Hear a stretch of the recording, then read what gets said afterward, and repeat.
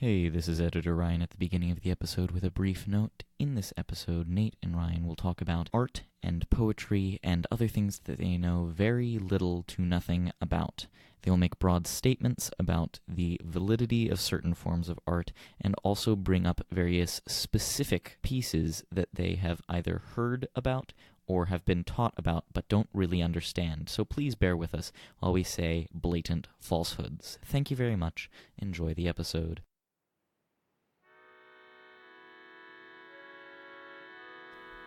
It's a beautiful day in south central Pennsylvania. Leaves crackle underneath our feet. It's crispy. It's fall. It's flannel time. It's turtleneck time. It's pumpkin spice time, you basic boys. Go out and get it. You know you want it. You can't resist. Yeah. Go out and get that pumpkin spice. This is The Nervous Boys. When the weather knew my name, I was measured by the rain and found those sudden sunny days so artificial. Good neighbors on the train, mediocre acres for rain by freight, the wooden days of love without appraisal.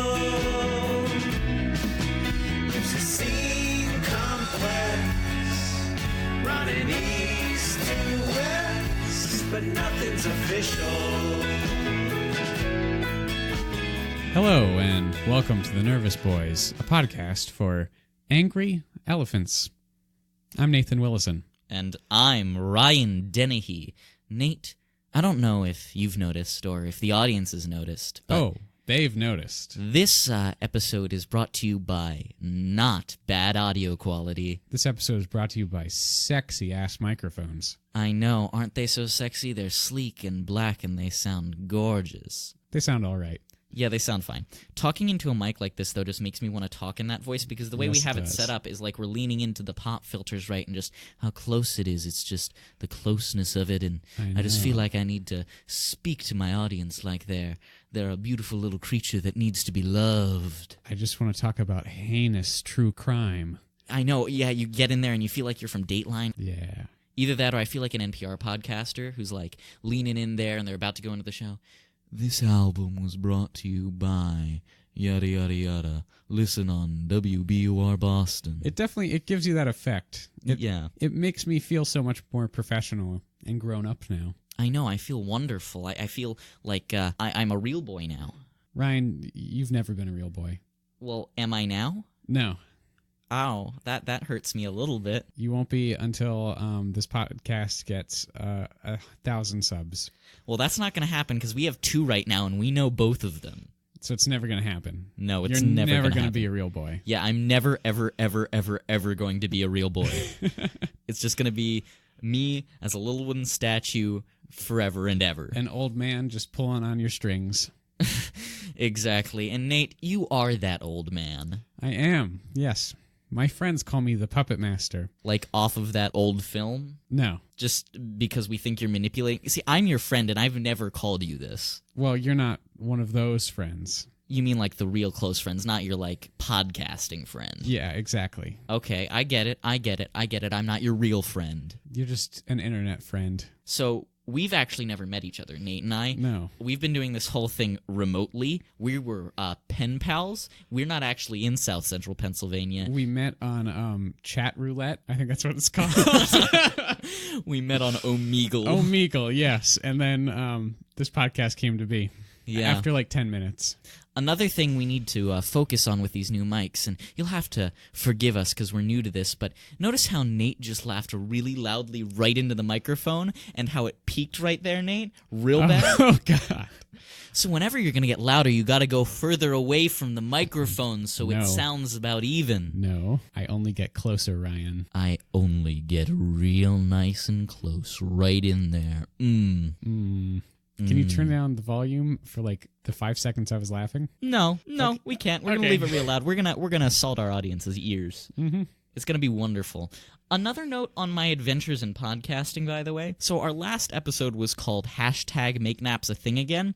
Found out not a really keyword searchable title. Really, that was... Okay, yeah. Because, That's a surprise. I mean, it really wasn't, because it was all one word when I posted it. So nobody's searching for that one word. Whenever I posted, like, Bill Clinton in a dress, everyone clicked on that because everyone wants to know what Bill Clinton in a dress is all about. It's sexy, by the way. It's wonderful. It's lovely. Go listen to that old episode. But why would you want to? We're in a new era now. We're in the microphone era. We're in the sexy mic era. We're in the space age. The We're new in the age. future. The future of space. So, Nate, what's our episode about today? This episode is about the magical and beautiful world of poetry. I am so excited. Let me tell you, as a man who is currently wearing a turtleneck with a cardigan on top of it, I think this topic was made for me. Poetry is literally my least favorite art form, Really? I didn't know this. except for performance art. Well, okay, let me make a case for the second one after I make a case for poetry. Well, first I want to understand, why don't you like poetry? Because I think everybody can, like, kind of judge a good story, whether it's like a novel or a short story. But if you try to define what a good poem is, you will get 20 different answers from 20 different people. Isn't that the same with visual art, though? Not necessarily. So, like, you're looking at something that's like Monet, and then you look at a Jackson Pollock. They're vastly different, but they're both considered good. It's the same as with poetry.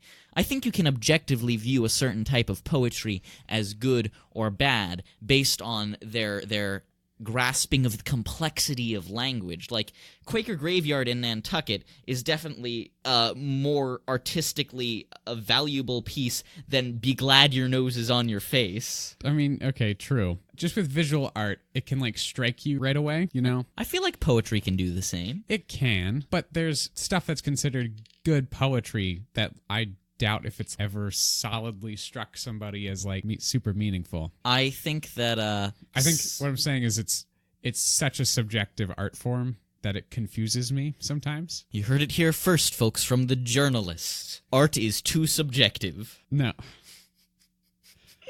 I'm just busting your balls. No, I get that. That's very legitimate. Let's talk about that performance art thing you said. Yes. I love performance art, mainly because I think it's all hilarious. I will fight you. It's it is hilarious to watch. But if it's from an unironic standpoint, have you ever seen performance art and been like, I am glad that I saw that? It has moved me. There was one thing that happened a couple years ago where there was, like, a performance artist lady who was at this famous museum for a couple days, and you could just walk up to her, and she was sitting in a chair, and you could talk to her. And I don't know, I kind of like that because it was like a commentary on her artistry. You could talk to her about her art that she's made in the past and stuff like that. Is that technically performance art, or It just counted as it. It was a an exhibit. Q&A? It was. That it sounds like a Q&A. Well, it wasn't just that. You could go up and do anything to this person, talk about anything that you wanted to with them. There's a famous, I think another performance artist came up to this woman and then started doing her own performance art to this woman, and then the exhibit had to be stopped or something. Okay. It was kind of ridiculous and hilarious. Yeah, that's ridiculous and funny. But would it count as art or just entertainment? Well, that's the issue there. Where do you draw the line? I think it definitely counts as maybe both. It's subjective.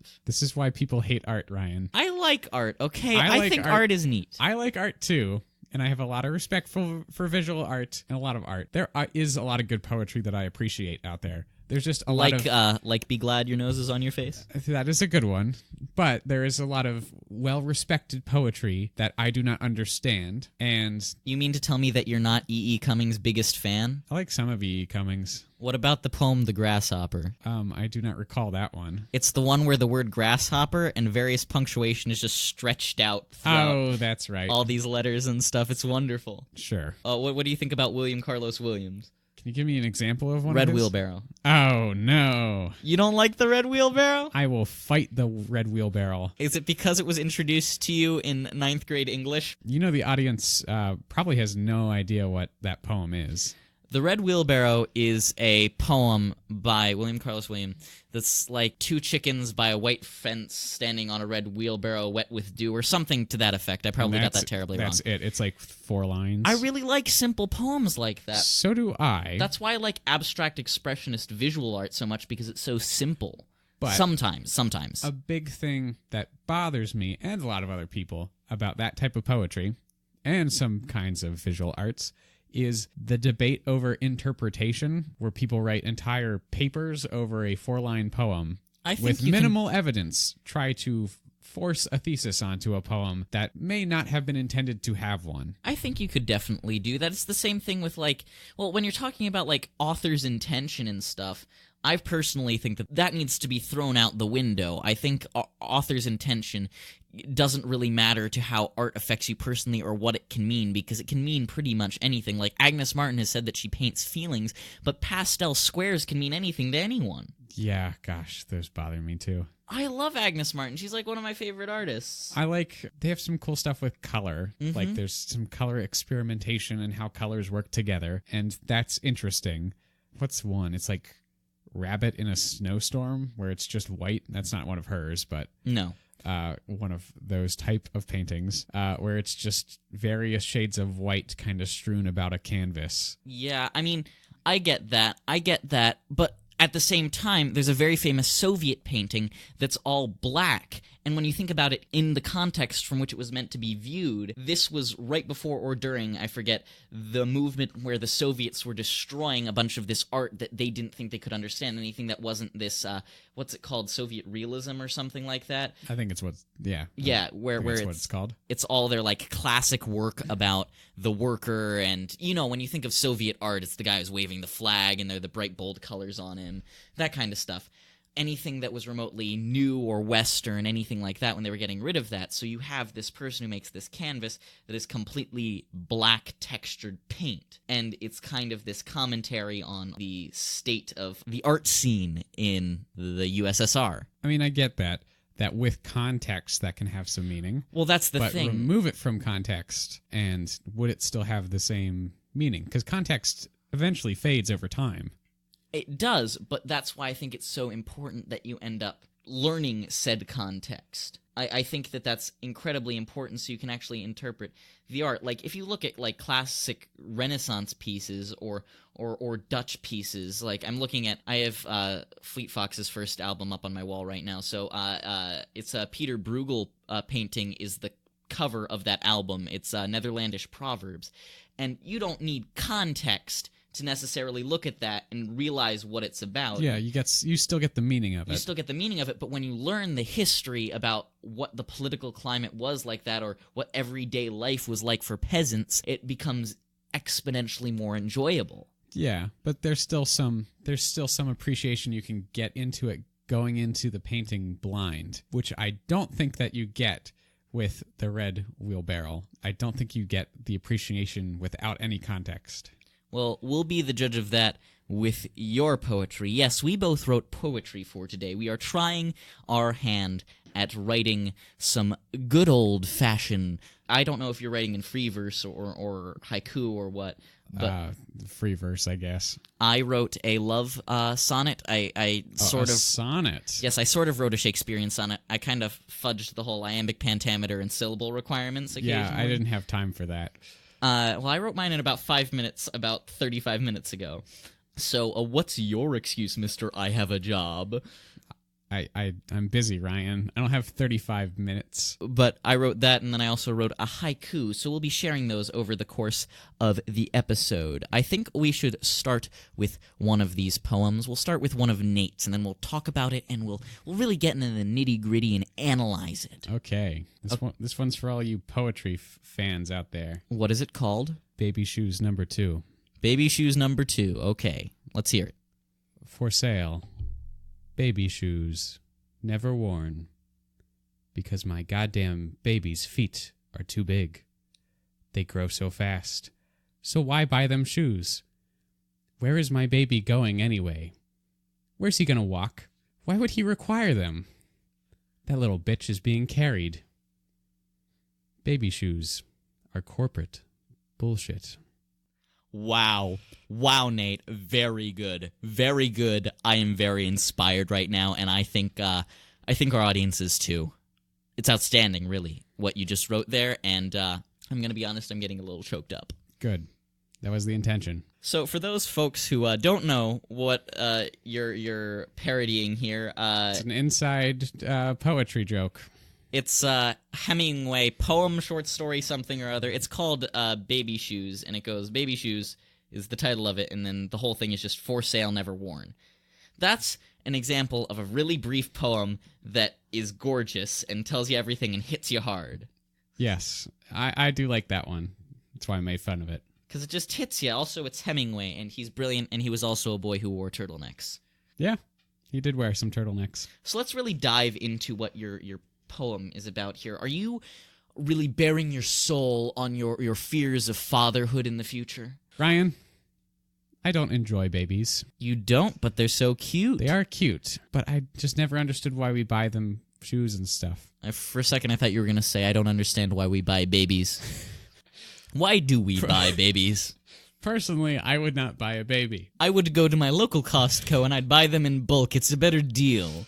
Just scoop them up, put them in a big bag.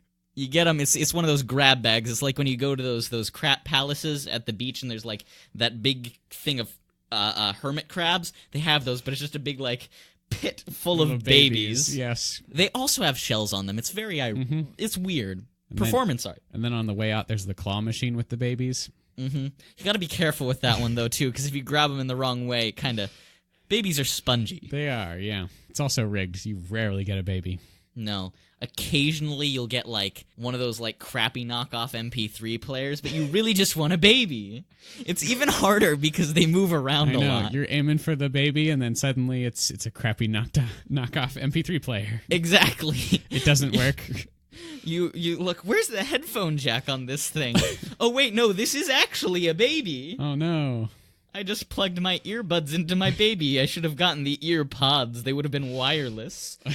Then I'd only have to worry about giving my baby brain damage from all of the radio waves. Oh. That was really brilliant, by the way, though. I do really like your poem. Thank you. It really makes me feel good inside. That's good. Why does your baby have such big feet? He's a growing boy. Well, how old is your baby? Babies grow fast. Like, that's what I never understood. Why buy, like, clothing for toddlers when they are going to grow out of it? So you think we should just, like, not clothe children? Not for toddlers. I meant for, like, infants. So, like, up until, like, what, month 13 or so, just don't give them clothing? I mean, yeah, clothe them. Just don't spend a lot on it. That baby doesn't care. I want to give my baby some Gucci flip-flops. Ryan, at one of our previous jobs, they sold baby-aiders. I know. I've talked about this with many people. I They know. are aviators for babies. I think we talked about it on a previous episode. We did. But baby clothing culture needs to stop. I'm Nate Willison, and I'm running for president. Stop buying expensive clothing for babies, America. Oh my god, Nate just announced his bid for president. I thought he would do this earlier. Are you running in the Democratic primary? Are you running as a Republican or independent? I'm running as a Whig. We need to come back. The Whigs haven't been around since, I don't even, when, Zachary Taylor? Yeah, I don't know. I think it's that- not like I'm a history major or anything. Millard Fillmore? I think it was him. Actually, it was Fillard Millmore. Yes. The Whigs have been gone for too long. We need to come back. Hashtag wig it up. Exactly. Hashtag wiggity wiggity whack. Yes. Hashtag That's powdered wigs and powdered noses, if you know what I mean. no. Ryan, stop. Is your party platform running on the legalization of cocaine? Baby clothing and cocaine. That's on the platform. That's not one of our key issues. Okay. I'll back off for a second. On grilling you, but you should expect this stuff if you're running for president. Okay.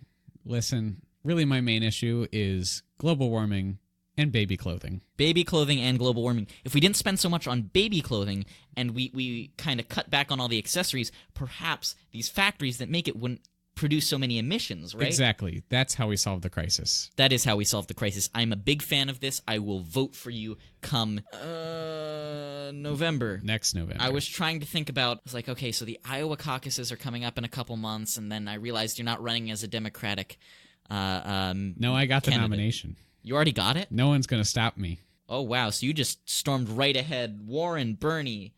No, the nomination of the Whig Party. Oh, the nomination of the Whig Party. They don't even go to the Iowa caucuses. No, they're not cool enough, but I am. I'm making wigs cool again. Hashtag make wigs cool again. Anyway, Ryan, let's hear one of your poems. Okay, let me pull it up here. Do you want to hear my love poem first or my haiku? Let's save the love poem for the second half. Let's hit me with that haiku. Okay, so this is called Nature Haiku. I wrote it about the most natural thing I could think of. Oh, boy. Who's afraid of death? Not me. No, sir. Not at all. I lied. You have knife. Okay, Ryan. That was my haiku. I hope you enjoyed it. Ryan, when you read that poem, it sounds like the caption to a terrible Facebook meme of like a cat. I really like the whole... I can imagine it as that. So you got your cat who's looking all brave, right? You got like Grumpy Cat or something, and he's like, who's afraid of death? Not me. No, sir. Not at all. And then you've got like a scared cat or something. He's like jumping up in the air. I lied. You have knife. Yes. It's like the can I please has cheeseburger meme. It sounds like a Russian trying to make an English meme. I don't know. I really liked my language there. It was an artistic choice I made to purposefully have the English be not so good. I don't know about you, but these are the liberties that you can take when you are a true artist like I am. Yes. Who's the one wearing the turtleneck? I'm the one wearing the turtleneck. Yes, you're on your way to being poet laureate. That would actually be a really fun job, to be National Poet Laureate. Just drive around, talk about poems. Yeah, exactly. It's like a teacher, but you don't have to grade anything. Yeah, and you're just the poet laureate. You just get to chill. So you earned it. When you're running for president, right? If you get president, I don't want to be appointed vice president or secretary of state or even chief of staff. None of that stuff. I want you to use nepotism to get me to be poet laureate. Oh, yep. Fire the actually qualified dude and then hire me because I'm the shit. That would be like just the weirdest way to be politically corrupt. Can you imagine people running anti-Whig Party ads? Nate Willison's nepotism. He appoints his friend to high-ranking position. Poet laureate. We can't allow this kind of corruption in the Democratic Party. Shit, you're not a Democrat. You're a Whig. I'm a Whig. Back off. Hold on. We can't allow this kind of corruption in the Whig Party. They're coming back and they're already ruining politics. Wow, I like that. I gotta make sure you're the poet laureate so you can't run anti-Whig ads. I know, I could be a speechwriter. That would be really good for me. I could make all of the speeches in the cadence that I'm speaking in right now, where I don't really know what I'm about to say, and you pause and you change your pitch of your voice, and I'll write it like that, so everything that you change your pitch up, I'll italicize to the right, and then I'll also italicize things to the left when you go down. Yeah, I would love it if one political candidate made a speech in iambic pentameter. That's a plot point in later West Wing episodes. One of the Chief Justice of the Supreme Court starts giving rulings in verse because he's like losing his mind or something. Oh, really? I haven't gotten there. Ryan and I both love the West Wing. I'm going to be honest, I kind of petered out when I got to the 6th season. It's not good. Oh, I'm not there yet, man. I'm on season 2.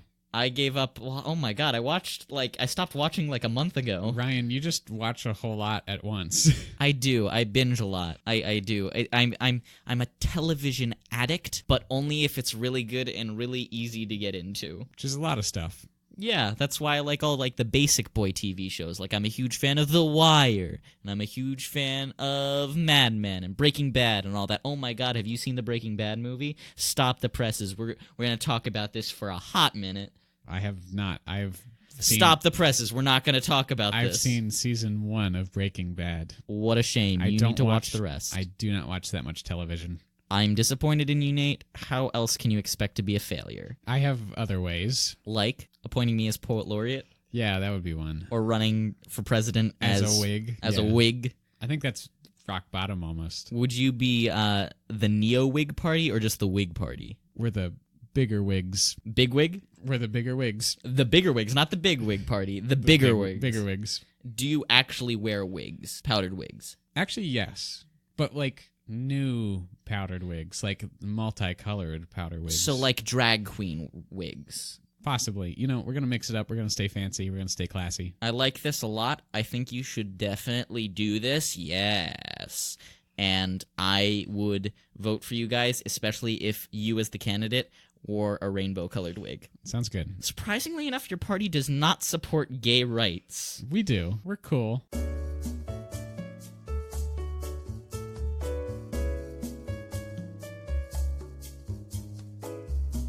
This episode of The Nervous Boys is brought to you by Pumpkin Spice Enemas, for all your fall enema needs. Let me tell you, Nate, when I heard that this company wanted to sponsor us, I got a little bit, nervous. Because I personally have never experienced an enema that was so fall-themed. Yes, it's a whole new world of enemas. Really, it is. It was surprising to me that people hadn't thought of this before. They put pumpkin spice in everything. Why not up your anal cavity? I know. You just really get the season all up in there. Exactly. If you're sipping on your nice, Starbucks latte that has pumpkin spice in it, you might as well have something going up the other end, too, cleaning you out from all of that Starbucks gunk that's stuck in there. Yeah, it just makes room for more Starbucks. Exactly, and when you're flooded out from all this bidnass inside of you, you really can embrace the season, and that's what it's all about. I'm ready for Halloween. I'm ready for Thanksgiving, because I'm empty inside now. I'm all emptied out. I know.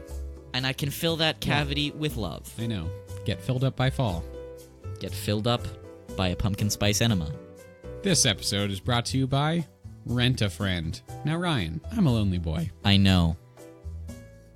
And sometimes I just need a buddy. That's why I turn to Rent a Friend. Nate, I hate hanging out with you at all times, so I really take this service up a lot of the time. I call them up pretty much every single day. Wow, that's amazing, Ryan. I really like how they don't actually provide you with a real person, because even though I'm lonely, I don't like people.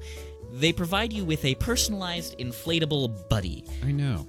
And in some ways, it's better than a person. Tell me about their latest models. Well, they're at the cutting edge of inflatable friend technology. They have the Jerry, which is just... He's like a tall, lanky fella. He's just got the biggest smile. He's so nice. He just looks so friendly. You just want to give him a hug. You just want to be wrapped around with his big, airy arms. And I have. It's amazing. Truly, it is. And there's the Carlos. Carlos is that friend that makes you a little nervous. You know, he gives you some weird looks sometimes, but he seems like a nice enough guy. You're a little on edge when he's there, but, you know, you need one of those friends every once in a while. You need some danger in your life. He's from their confiding line, right? Yes. You heard it here first, folks. Rent a friend. They're not to have sex with. Yeah, please don't. God, they're just friends. This episode is brought to you by JoJo's Hearse Shack. This is a local business that just started up. Our neighbor, JoJo, she just got a lot of hearses that he just can't get rid of. Yeah, he made some bad investments. A lot of funeral homes went under.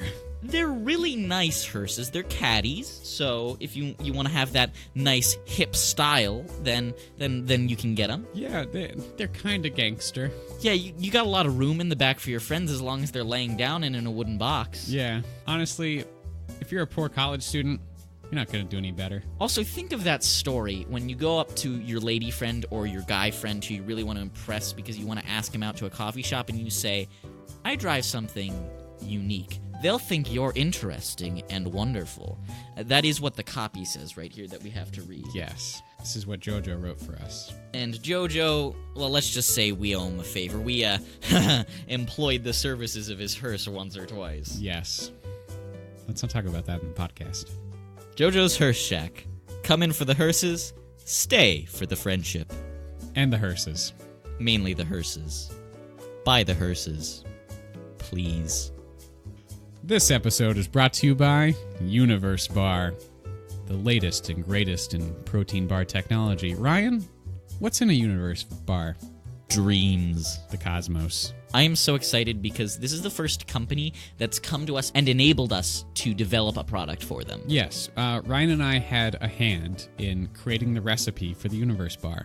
And when we say a hand, we mean we lost one of our hands apiece to do this because we love it so much. We wanted to put a part of our soul, our essence, into the Universe Bar. Yes. The Universe Bar team, they're made up of the greatest scientists and nutritionists that they could afford, the greatest shamans and witch doctors. They got real creative with the creation of the Universe Bar. They also invited in some art students from a local community college to really just put their spin on it. And let me tell you, I think it really shows. You can taste the love. Yes. You can also taste my chakra because I put it in there. You can also taste my aura. I put that in there too. You can taste the color auburn. Apparently, that's what one of the community college students told me my aura was.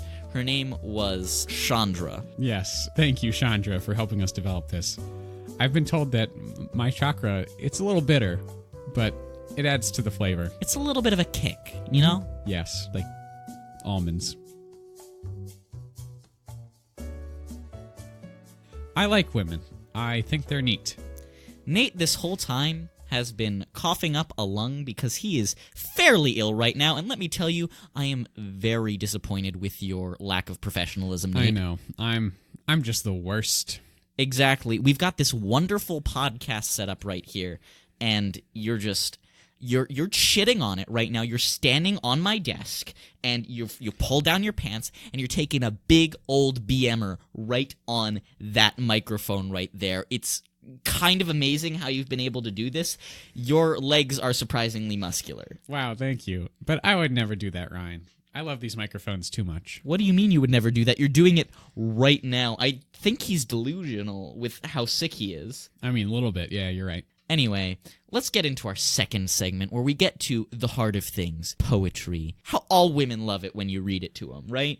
Yes, 60% of the time, it always works. 60%? What about that other 40%? Those people, are they just plebeians? Those women are not worth your time, Ryan. They do not understand the high art that is freeform poetry. And to our lady listeners out there who are also nervous boys, right here, we don't see gender in the nervous boys. I want to say that. It's been a couple episodes since we've described our name again. Yes, let's get into that. To be a nervous boy, it's a state of being. It's not restricted to gender or sex. No matter what you identify as, no matter how you were born, you're all nervous boys. Yes.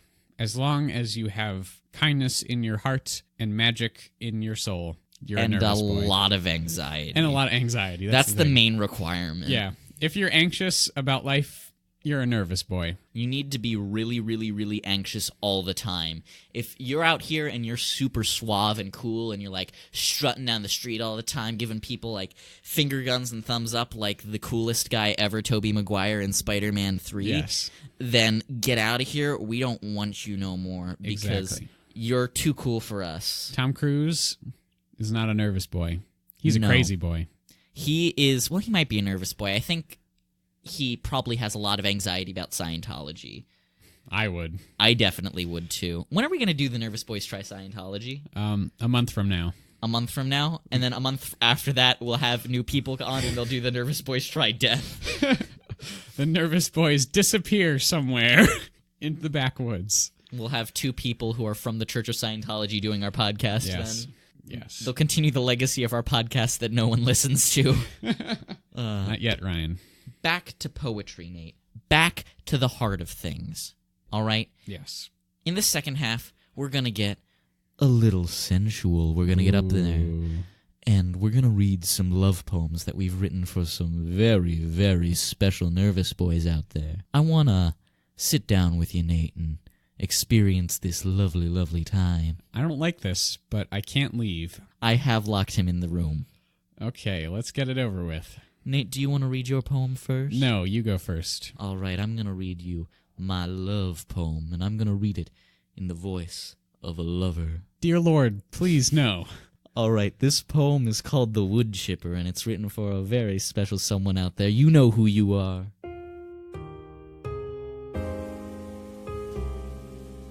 Oh, how I love to hold you in my arms and run my fingers through your matted hair. When I hold you, I feel safe from harm. Steve Buscemi, my love is always there. We met that fateful day when I saved you from that mob that thought you were a demon. Now I think of myself as lucky too, for you have saved my heart, and now I am a free man. When we go to parties, you and I, your turtle-like appearance stops the crowd. They think, that Ryan, he's a lucky guy, to be with Steve, a man so greasy, gray, and proud. My love for you grows stronger every day when I freak you nasty in that Fargo way. Thank you. That was the wood chipper. Oh my. Okay. I don't think I've ever put so much work into anything in my life. That poem was my heart and soul. It was pretty good. I too love Steve Buscemi. Do you want to freak him nasty in that Fargo way? Can you explain that line? Well, it's called the wood chipper, so we're gonna get into some pretty crazy stuff. I mean, yeah. You gonna stick him in a wood chipper? We're gonna stick parts of ourselves in a wood chipper. Okay. We're gonna keep this podcast PG-13 though for right now. It's a little late for that, I feel like. Anyway, Nate, let's talk about what a love poem really should be. Let's talk about... Okay, yeah, let's do that. Let's talk about literally anything than having sex with Steve Buscemi in a wood chipper. Yeah, we'll get to that, I'm sure. I think you're not my therapist, and I'll save that for them. No, I am your therapist, Ryan. Hit me with it. Fun fact, this podcast has just been one long therapy session where Nate is my reluctant therapist, and I am his subject. Yeah, I'm just so reluctant, but I'm here. I have to pay you, so, I mean, you're getting money out of it. Yeah. I'm not sure if it's worth it, though. So, Nate, what makes a good love poem? What should be in a good love poem? Okay. And should they still exist? Well, first off, yes, they should. Like, unironically? Yeah. Have you ever written a love poem for someone? Something in the ballpark of a love poem. Okay, but what makes a good love poem? Actually, I have, yeah. I have not. That's something that I can say. Yeah. What makes a good love poem? Unironically, it should just be like honest and sweet and about how you want to freak the person nasty in that I did not say that. Way? I did not say that. That's why it's not a good love poem. I don't know, it should just be honest and sometimes you just gotta write and express your feelings in a way that you could not when face to face with the person. See, whenever I've been truly in the trenches of love, which again I'm speaking theoretically here, but I get this eloquence that washes over me, and I just speak in poetry. Okay, Ryan. Okay, I've seen you give speeches. I've seen your eloquence, and I would describe it as a grumpy college professor. That's fair. That's fair. Either that or like a mid-level bureaucrat who just really wants to go home. Yeah. It's good. I'm good at business speak. You are an eloquent person, but maybe not in that way. I don't know. Ask my former lady friends about how I told them to file their forms correctly and the like. Yes, I'm sure their taxes were quite accurate when you were dating them. They were. So, Ryan, I have an odd confession to make. I, too, wrote a love poem. You did? Yes, also about celebrity. A celebrity? No. This is your lover. You're writing this about your lover. Okay, yeah. Mm-hmm. Can we have a reading? What is it called? It's called The Flap. I think I know who this is about.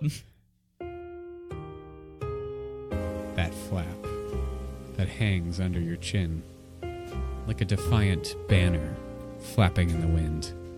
It sends shivers down my spine as it brushes past my lips. Oh, how I long for the days when you weren't so far away. We could dance under the shade, and you would whisper sweet croaks into mine ear. But off you went, my Mitch, without so much as a final kiss. Now you've gone from me, but I still have your itch.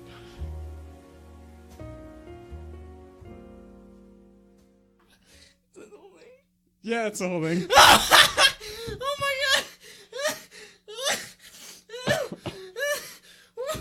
Oh my god! That broke me.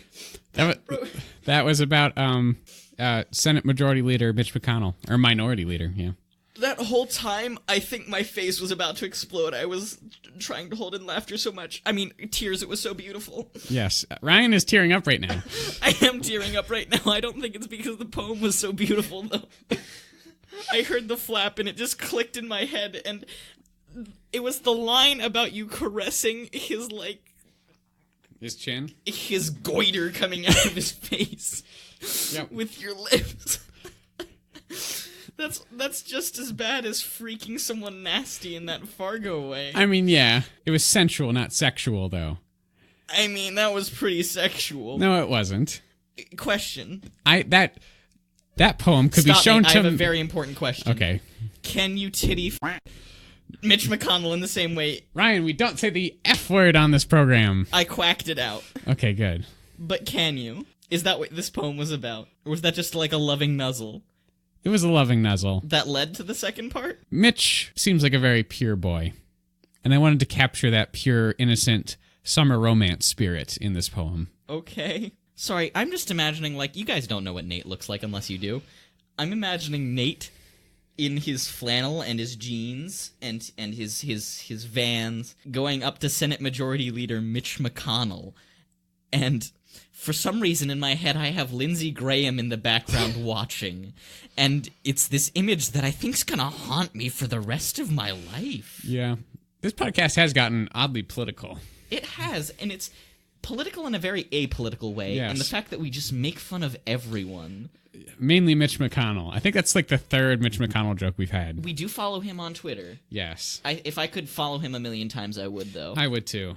He's a lovely man, except if you don't think he is, and maybe we don't, and maybe we do, we're gonna keep our own politics out of this. We literally just think he is... A goofy-looking dude. He's a goofy-looking and goofy-sounding dude. He's ridiculous. Look at him. He's got a shelf for a face. It's just face, chin, body. That's it. Your words, not mine. So let's... Oh, God. Is it odd that we both wrote homoerotic love poems, Ryan? Are we trying to say something about ourselves, Nate? Are we bearing our souls, or are these people... I like to think that these people are just universally attractive. I mean, sure, but I would like to point out that we did not communicate on what we were writing about. We did not. I told Nate, so we had another episode planned for today that was already edited and ready to release, and we had to change it, which was fine, but when we moved up our episode schedule by a week, and it was poetry, so I just said, hey, Nate, write some poetry for... Yeah, that's all we said. We did not plan on both writing homoerotic love poems. It just happened that way. Now we need to write a homoerotic love poem from Steve Buscemi to Mitch McConnell. Oh, dear Lord, that would be interesting. And read it in his cadence so it sounds like this. Doesn't that just sound really appealing to you? That doesn't do his voice justice. I know. I can't do a Steve Buscemi impression. As you guys can understand, I'm pretty bad at impressions from our last episode where I tried and failed at a Stephen King. We're both pretty bad. We are both pretty bad. But if you ask me to do a Ryan Dennehy impression, I'm really good at that. I cannot do a Nate Willison impression. I'm going to do a Nate Willison impression. Okay, do it. Hi, I'm Nathan Willison, and I am a journalism major. I like to read the books and watch the movies, and I like to go to the nature places and walk around in them and write, because I'm a little writer boy. And scene. Wow, it was like listening to a mirror. Okay, I love that image. I love that image. Nate, you do an impression of me. I'm Ryan. I like movies. Oh, God. It was spot on. It was just like listening to a mirror. Twin Peaks Season 3 is a 16-hour-long movie. 18-hour-long movie. God damn it, get it right. Oh, do you want more? No, I think I'm good. My ego has been shattered at this point. Okay, good. It's gone now. It's just gone. Okay.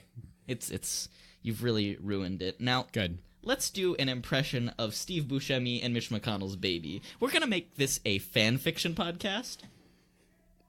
There are people screaming in the hallway right now. I am retiring from podcasts if we do that.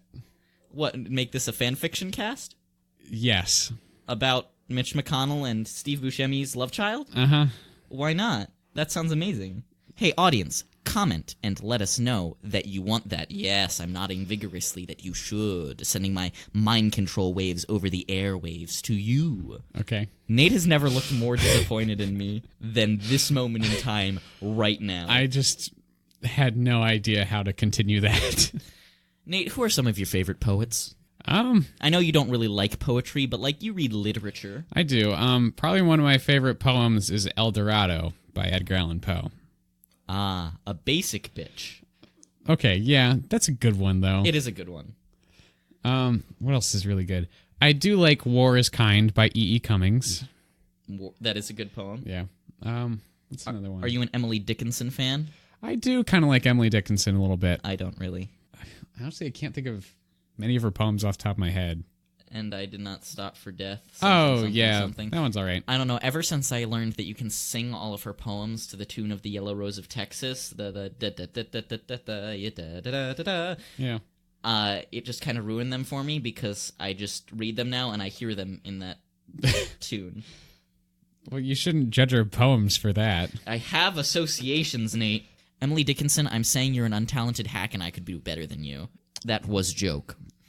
That's fighting words right there. Them are fighting words. Oh, what's another good one? I personally love Ralph Waldo Emerson. Oh, I'm aware.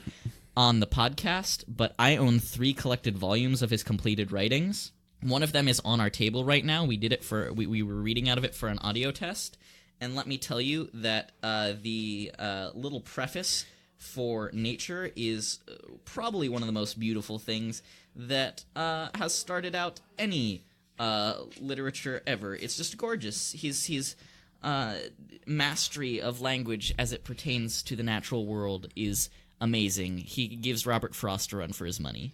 That was my little fanboy moment right there. Yeah, that was probably the dorkiest fanboy moment I've ever seen. I love Ralph Waldo Emerson's stuff. Like, I don't agree with a lot of the stuff he wrote about, but, like, I'll sit down and I'll read me some liberation in the French West Indies. That's not what that essay is called. Yeah. But sometimes, or The American Scholar, I'll read that over and over again. Yeah, no, I'm not judging you. I like his essays and stuff, too. Mm-hmm. I have nerdy stuff that I geek out about.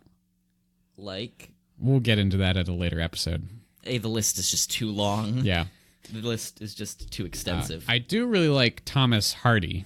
I don't know if you've read many of his poems. Probably not. I'm not a very cultured individual. The Darkling Thrush. I don't know if you've read that one. Don't know what that is. It's one of his more famous ones. It's probably one of my favorites. It's just a really hopeful poem, which inspires me occasionally. Well, that's always good to feel inspired. You know what inspires me, Nate? I'm afraid to ask. I was gonna say pictures of my family, but Okay, good. you just... Pictures of your family also inspire me, too. That's a little weird. How do you have pictures of my family, Nate? I have my ways, Ryan. Okay. What are those ways? I want to know. I don't want you just walking around with pictures of my family. Not on the podcast, Ryan. Oh, God. There's going to be a lot of stuff happening behind the scenes between this episode and the next one. I'm a little nervous. I'm a little scared. So, poems are all right, I guess. You heard it here first, folks. Solid 6 out of 10. Poems, 6 out of... Are we ranking things again? Yeah. I guess we're doing that. Poems, 6 out of 10. The concept of poetry, 6 out of 10. As a whole. What do you think about writing poems? Do you think you have a future as the poet laureate of the United States? Yes. Through corruption and grift, I will work my way up. Will you work your way up by, like, beating them up or just, like... Sleep my way to the top. You'll sleep your way to the top? Mm-hmm. Okay. Is that how you're going to get elected president, too? Oh, yeah. Every elector. Every American voter. Every American voter. Nate is our second president to use a wheelchair. I wonder why. Oh, no.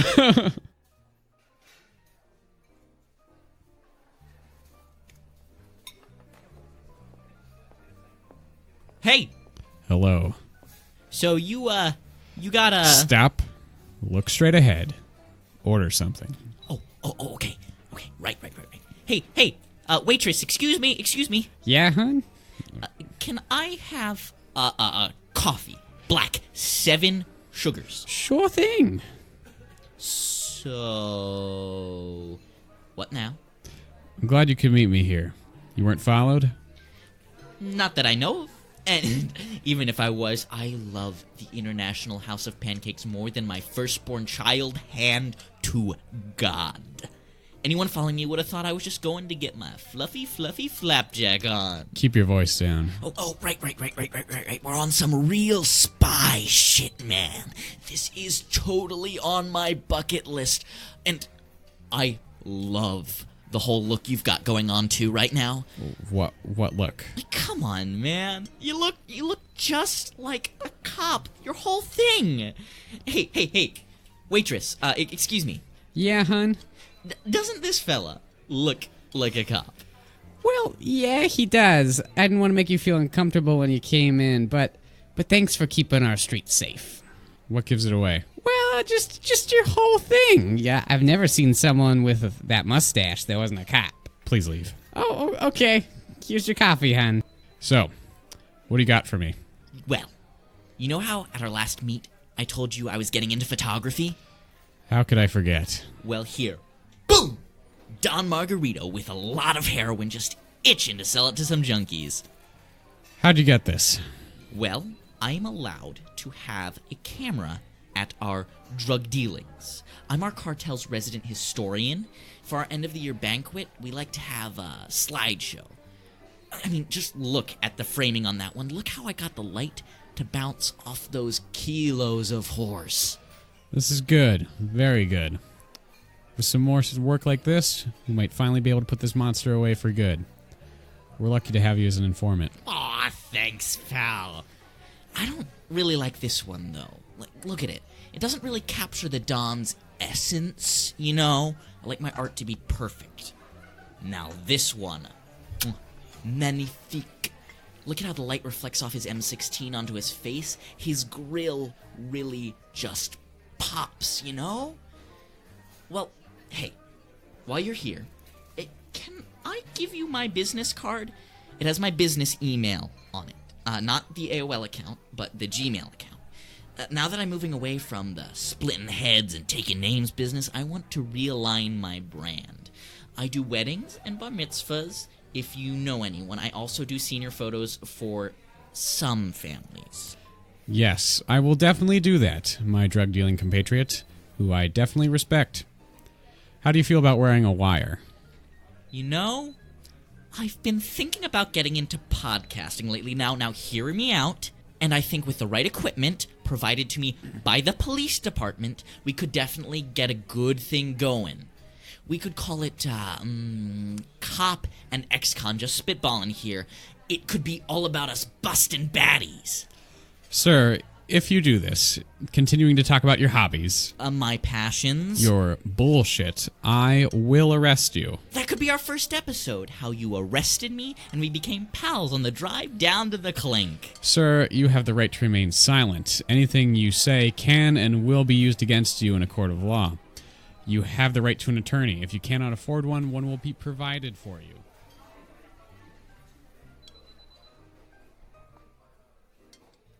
Well, Nate, I think that brings us to the end of our time with our dear listening audience. Yes, we are going away forever. We're never coming back. We're moving to Argentina, Yes. where podcasts do not exist. Argentina, the land where podcasts just don't exist. they're not a thing. There's too many llamas. Too many llamas. Their greatness ratio is just too high. Yes, exactly. It interferes with podcast signals. Exactly. Our intro and outro is the song Squirrel Fever by Christofsky. Exactly. And you can follow us on Twitter @BoysNervous, where we post generally just updates when episodes are released and special little videos. I want to mention, because we haven't mentioned in a while, we do have a YouTube channel where we post our episodes if you prefer to listen through there. And we also post little highlights, what we think are funny bits from our episodes there. So far, there are 2 up. There's the Jeff Bezos tirade and the Clark employee tirade. Yeah, it's good stuff. You should check it out. It's all right stuff. It's average stuff. It's whatever. That's a little below mediocre. It's bad. It's bad. You should also listen to us on, we got iTunes, right? Yes. Our Apple Podcast, whatever that is. We got Stitcher. We got Spotify. We got Podbean. We got other stuff. We're on pretty much every place you can listen to podcasts, and it would be really helpful for us, especially on Apple Podcasts and on Stitcher, Yeah. for you to rate and review us, because that gives us some more visibility. And on Podbean, if you could follow and comment. Send us a comment. I want to know what people think about the podcast. Yes, please get in contact with us. Tweet at us if you can. Post a comment on Podbean, or I guess just Podbean is the way you can do it right now. We don't really have a way for you to contact us other than that. Are we wasting our time? Probably. Yes. Yes. Yeah. Very much yes. And Nate, do you have any parting wisdom for the audience at home? Yes, I do. For America, as your newest presidential candidate, stop buying baby clothes. Babies can be naked. They don't need to be warm. I'm Ryan Dennehy. And I'm your future president. Check back next week. So much for light reading, so much for serious nature. Got a real feeling, got the dead backyard squirrel fever. This episode is brought to you by the Wyoming Board of Tourism. Don't like people? Come to Wyoming.